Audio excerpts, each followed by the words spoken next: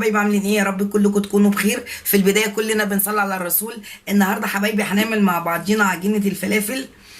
احنا كلنا مفيش حد فينا ما بيحبش الفلافل، وفي نفس الوقت قلت ايه طبعا بتنفعنا في كل جمعه، خاصه بتبقى تجمع الاسر، فبنحتاج الفول وبنحتاج ايه الفلافل. فانا عملت معاكم قبل كده الفول، فالنهارده مع بعضينا هنعمل عجينه الفلافل.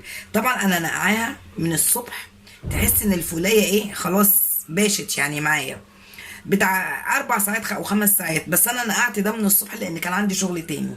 ومعانا هنا ايه حزمه بقدونس وحزمه كزبره وحزمه كرات، واللي هو الكرات الصغير مش ابو راس كبيره، لا اللي هو الرفيع. ومعانا بصلايه كبيره، ومعانا توم، راس توم كده حلوه، وكزبره ناشفه وملح. هنبدا بقى ايه نحطهم في الكبه ونشتغل شغلنا مع بعض ونشوف الدنيا هتمشي معانا ازاي. بسم الله الرحمن الرحيم.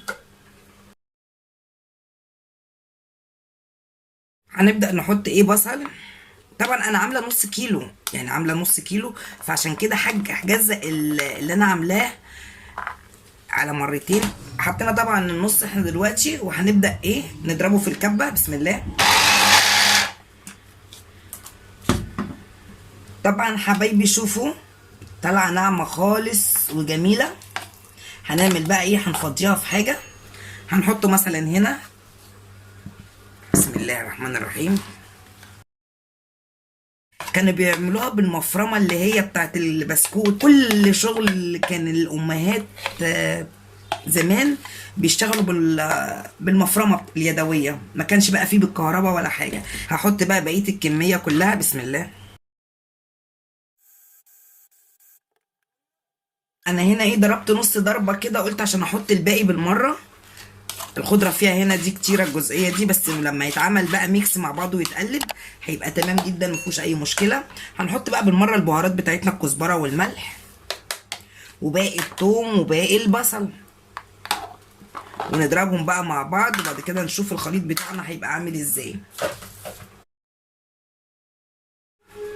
حبايبي ادي العجينه طلعت معانا، قلبتها كلها كويس مع بعضها، بقت كل المكونات متداخله في بعضيها. هبدا بقى اعبي في اكياس، بحيث ان احنا كل ما نطلع ايه حبه على قدنا. بنحطها طبعا بسم الله الرحمن الرحيم في الفريزر، بحيث ان احنا ايه ما نحتاجش بقى فلافل من بره يكون الزيت بتاعها مركون بقاله مده، وانتوا عارفين بقى الزيوت والحاجات دي كلها بتجيب امراض. وطبعا ممكن نعمل منها ايه فلافل في البيت ونعمل منها عجه. هعمل يا دوب على قد ايه يعني كام فلافلايه كده، بحيث ان احنا برضو ما نفتحش الكيس ونقفل عليه تاني. بس انا عايزه اقول لكم حاجه قبل ما نيجي نستعمل الفلافل. هنعمل ايه؟ هنحط فيها سنه كربوناتو، بحيث انها تنفش معانا وتبقى الفلافليه زي الفل كده. وطبعا انا هعمل معاكم فلافليتين كده، مع اني مش عايزه اكل فلافل، بس هعمل عشان خاطركم. هعبي كده الكياس بحيث ان انا ابقى عندي عجينه الفلافل جاهزه، بدل ما برضو اشتريها من بره يا عالم مغسوله ازاي معموله ازاي. لا اديني عملت حاجتي في بيتي وايه.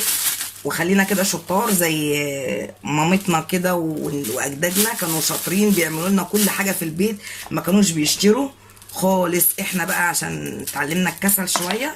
هقول لكم بقى على الحشوه اللي بيعملوها بتوع الفلافل في الدكاكين.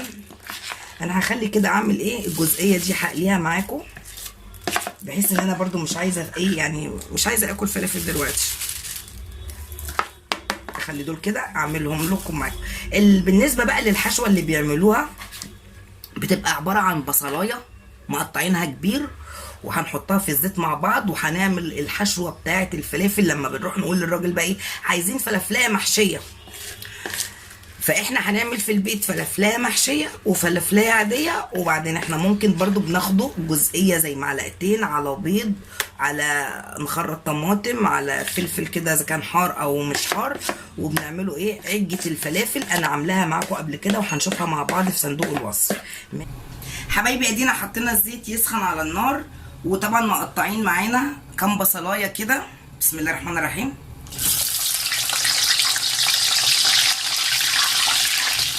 ده كده عشان طبعا احنا بنحضر الحشو بتاع ايه الفلافل.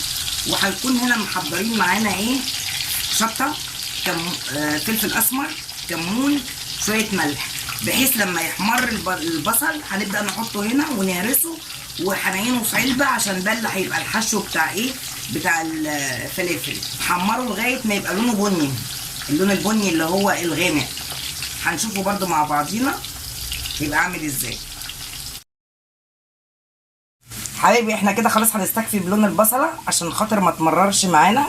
هنبدا نطلعها نحطها ايه على البهارات بتاعتها. ادي يا حبايبي كده البصل اللي احنا حمرناه مع بعضينا، شوفوا لونه بقى كل واحد ازاي، اللي طبعا عليه البهارات بتاعته تمام. وادي جايبين السمسم معانا وشويه ميه عشان خاطر نبل ايدينا. ادي كده ايه، هنبدا نعمل العجينه كده وهنحط الحشو بتاعها ونبدا نقفل عليها. بسم الله الرحمن الرحيم.